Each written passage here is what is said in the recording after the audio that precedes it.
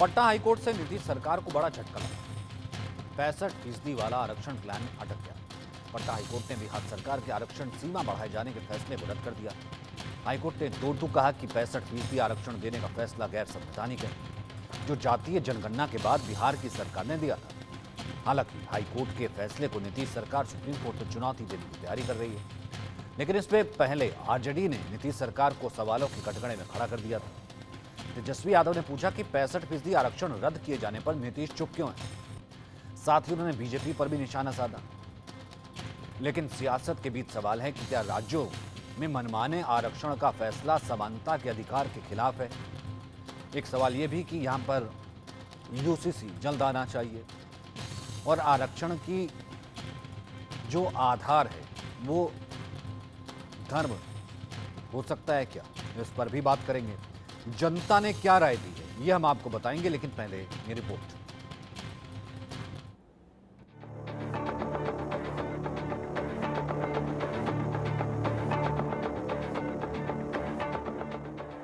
नीतीश सरकार के एक बड़े फैसले पर हाईकोर्ट का हंटर चल गया। बिहार में आरक्षण की सीमा बढ़ाने का फैसला हाईकोर्ट ने रद्द कर दिया। बिहार में 65% आरक्षण देने के खिलाफ दायर हुई याचिका पर सुनवाई के बाद हाईकोर्ट के चीफ जस्टिस की बेंच ने नीतीश सरकार के उस फैसले को रद्द कर दिया, जिसमें शिक्षण संस्थानों, सरकारी नौकरियों में एससी, एसटी, ओबीसी और अन्य पिछड़े वर्गों को 50 से बढ़ाकर 65% आरक्षण देने की बात कही गई थी। कोर्ट ने कहा ये संविधान के खिलाफ है और हम इसको निरस्त करते हैं। ये अनुच्छेद 14, 15, 16 के खिलाफ है और हाईकोर्ट ने ये संविधान के खिलाफ मानते हुए इसको निरस्त किया है, इसको रद्द किया है। और आज हाईकोर्ट ने युवाओं के साथ, बिहार के साथ न्याय किया है। जिस तरीके से आज यहाँ के पॉलिटिकल लोग, यहाँ के विधायक, मंत्री लोग, यहाँ के विधान पार्षद लोग पहले विधानसभा में 75% आरक्षण को पार करवा कर, पहले जो आरक्षण का दायरा 50% था उसको बढ़ा करके और आज 65% कर दिया गया है सवर्णों को। अगर छोड़ की बात की जाए तो टोटल 75% आज आरक्षण है।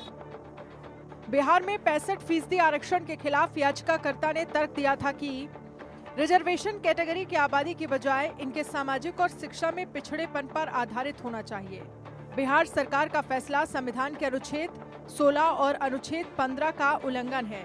अनुच्छेद 16 राज्य के तहत किसी भी कार्यालय में रोजगार या नियुक्ति से संबंधित मामलों में सभी नागरिकों के लिए समानता का अवसर प्रदान करता है। अनुच्छेद 15 किसी भी प्रकार के भेदभाव पर रोक लगाता है। याचिकाकर्ता की इन दलीलों को सुनने के बाद हाईकोर्ट ने अपना फैसला सुनाया और बिहार सरकार के फैसले को रद्द कर दिया। हालांकि हाईकोर्ट के फैसले को बिहार सरकार सुप्रीम कोर्ट में चुनौती देगी, लेकिन हाईकोर्ट का फैसला आते ही आरजेडी ने नीतीश सरकार के खिलाफ हथियार की धार तेज कर दी। लोग को इस बात का संदेह था कि ये बीजेपी के लोग जो हैं आरक्षण विरोधी लोग हैं, जिसको हम लोग चुनाव के समय भी कहते थे कि भाजपा के लोग नहीं चाहते हैं कि आरक्षण जो है वो बढ़े। इसलिए हम लोग चाहते थे कि इसको शेड्यूल लाइन में डाला जाए। आपको याद होगा जब ईस्ट जोनल का जो मीटिंग था काउंसिल का, जिसमें अमित शाह भी 10 दिसंबर को आए थे 2023 को, उस समय भी हम लोगों ने मांग की थी, मुख्यमंत्री नीतीश कुमार जी ने भी मांग की थी कि भाई इसको शेड्यूल लाइन में डाल दिया जाए। लेकिन अब से तब तक 6 महीने हो गए हैं और अब तक जो है ये काम पूरा नहीं किया गया, यानी साफ दिखाता है कि भाजपा विरोधी है। नीतीश कुमार ने जाति जनगणना के बाद आरक्षण की सीमा बढ़ाने का फैसला लिया था, लेकिन अब आरक्षण पर पटना हाईकोर्ट के फैसले के बाद बिहार के सियासी गलियारे का तापमान तेजी से चढ़ रहा है। लेकिन सवाल है कि क्या राज्यों में मनमाने आरक्षण का फैसला समानता के अधिकार के खिलाफ है। Bureau report, India news.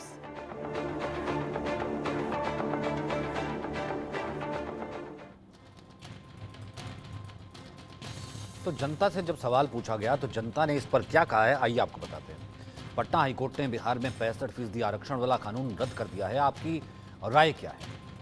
सही फैसला 58% जनता ने बताया, गलत फैसला 23% जनता कह रही है, 15% जनता कह रही है कि इस पर पुनर्विचार होना चाहिए और 4% लोग ऐसे हैं जो कि कह रहे हैं कि हम कह नहीं सकते। तो फिलहाल 4% लोग कह रहे हैं कह नहीं सकते। पुनर्विचार हो 15% लोग ऐसा कह रहे हैं। गलत फैसला कहने वाले 23% लोग हैं।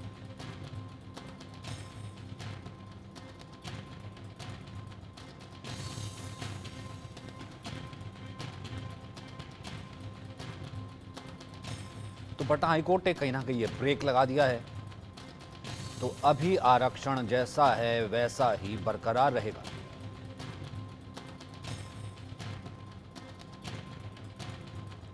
तो क्या राज्यों में मनमाने आरक्षण का फैसला समानता के अधिकार के खिलाफ है? हमने ये सवाल पूछा। 81% ने कहा हाँ बिल्कुल खिलाफ है। नहीं कहने वाले 16% कह नहीं सकते 3%। 81% कह रहे हैं कि समानता का जो अधिकार होता है उसके खिलाफ है। 16% कह रहे हैं कि खिलाफ नहीं है। 3% कह रहे हैं कि इसके बारे में हमारी कोई राय नहीं।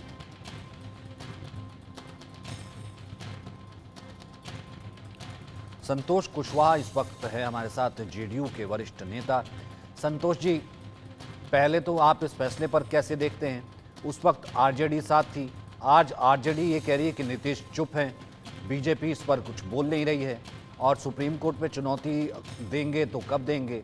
आज सुर उनके बदले हुए हैं, आज वो आपको चुनौती दे रहे हैं।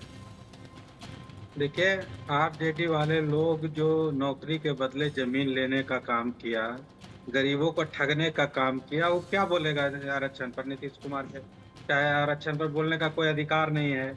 और जहां तक हाईकोर्ट का सवाल है, तो हाईकोर्ट ने रद्द किया है तो उसका चुनौती सरकार देने के लिए तैयार है। सुप्रीम कोर्ट में देगी, हाईकोर्ट में डबल बेंच में देगी।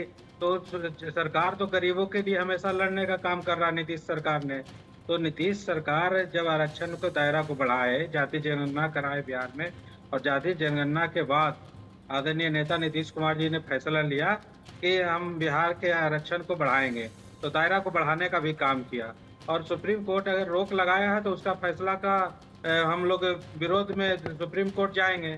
गरीबों के हक की लड़ाई आदरणीय नेता नीतीश कुमार जी के नेतृत्व में जनता दल और बिहार सरकार लड़ते रहेगी।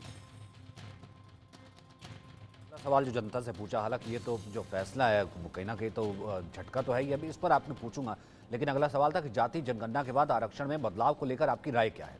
हमने ये सवाल पूछा। 12% लोग कह रहे थे सियासी एजेंडा है, वोट बैंक की राजनीति कहने वाले 41% थे, सामाजिक भेदभाव बढ़ेगा इससे कह रहे 37% और कह नहीं सकते 10%। 12% कह रहे सियासी एजेंडा है, 41% कह रहे ये वोट बैंक की राजनीति है। अगर ये वोट बैंक की राजनीति ना होती और सबके लिए बराबर होता संतोष जी, तो कोर्ट कैसे इसे रद्द करता? क्योंकि जो जर्नल है और पिछड़ा है उसका क्या कसूर कि वो धर्म विशेष से नहीं है? कोई वोट बैंक की राजनीति नहीं है। हम लोग को ने जातीय जनगणना कराया है बिहार में, और जातीय जनगणना में के साथ साथ उस सभी लोगों का डाटा भी सरकार के पास आया है कि कितने बिहार में कितने लोग गरीब हैं। तो सर एक वक्त तो फिर ऐसा आएगा, एक वक्त ऐसा आएगा जनरल के लिए तो कुछ बचेगा ही नहीं, मिलेगा ही नहीं। आपने 35% रख दिया था, 65%। जनरल का जो हकमारी हो रहा है, हकमारी जनरल को तो आरक्षण मिला ना, जनरल के लिए तो 50% बचा हुआ था, तो उसको तो आप कह रहे हैं कि जनरल के यहाँ कुछ बचा नहीं, तो जनरल उसमें नहीं आया। ऐसा जनरल तो शुरू से उसका लाभ ले रहा है। आज जब शुरू से लाभ जनरल को मिल रहा है, सर और तमाम यादव, जो तमाम बोल रहा है भूमियार, कि तमाम 85% ऐसे तमाम बड़ी कास्ट हैं सर, जो कि हम देखते हैं कि जो जिनकी आर्थिक हालत ठीक नहीं है, बस क्योंकि वो जर्नल है इसलिए उनको लाभ नहीं मिलता। उसके लिए तो आप देखे होंगे कि केंद्र सरकार 10% आरक्षण देने का काम किया, और सबसे पहले आदरणीय नेता नीतीश कुमार जी ने स्वागत किया उस आरक्षण को और बिहार में लागू करने का काम किया। तो जनरल का ही आरक्षण 10% हम लोग आदरणीय नेता नीतीश कुमार जी और नरेंद्र मोदी सरकार ने देने का काम किया। तो जनरल का भी हम लोग ख्याल रखते हैं, और जो पिछड़ी जाति है, दलित जाति है और अति पिछड़ी जाति है, उसका भी हम लोग ख्याल रखते हैं। तो ऐसा नहीं है, आरक्षण का जो सुप्रीम कोर्ट ने जो फैसला आया है, सुप्रीम कोर्ट में हम लोग दायर करेंगे। हाई कोर्ट के फैसला को सुप्रीम कोर्ट से हम लोग न्याय मिलेगा, इसके लिए हम लोग सुप्रीम कोर्ट में जाएंगे। आरक्षण का आधार कुशवाहा साहब, ये आपका जो आर्थिक पैमाना है वो होना चाहिए या धर्म या फिर जात? देखिए, पैमाना तो उसी समय टूट गया ना, पैमाना तो उसी समय जब टूट गया जब 10% आरक्षण केंद्र से लागू हुआ पूरे देश में, तो पैमाना तो अब रहा नहीं।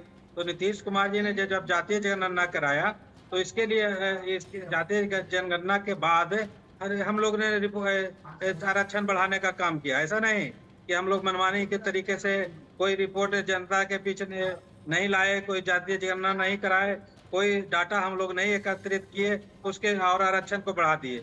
हम लोग बेताबते पूरे बिहार का डाटा कलेक्ट करके और जातिगत गणना करा के हम लोग ने आरक्षण बढ़ाने का काम किया है, और इसकी चुनौती हम लोग सुप्रीम कोर्ट में देंगे। और आशा नहीं पूर्ण विश्वास है कि सुप्रीम कोर्ट से बिहार सरकार को जीत मिलेगा।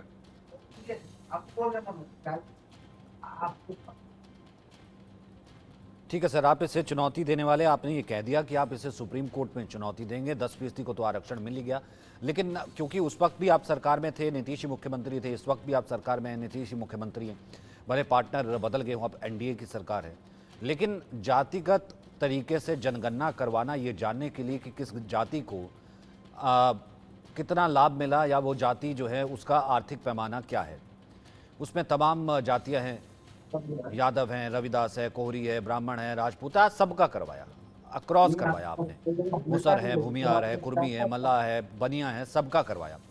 अब ऐसे में जब आप ये पाते हैं कि 50% जो कि आरक्षण की एक सीमा है, संविधान में लिखी हुई है, उसके ऊपर जा नहीं सकते हैं, उसके बावजूद भी जातियां इतनी पिछड़ी हुई हैं कि उन तक बेनिफिट जा नहीं रहा, तो इसमें सरकार की गलती है, सरकार के वेलफेयर प्रोग्राम की गलती है, या फिर जो बाकी बचे हुए लोग हैं बिना आरक्षण के उनकी गलती है, उनका हिस्सा जो है, उनका हक जो है वो 25% या 15% वो मिल जाना चाहिए एक आसान आरक्षण के तौर पर, बनिस्बत सरकार स्कीम्स लेके आए इन लोगों के लिए।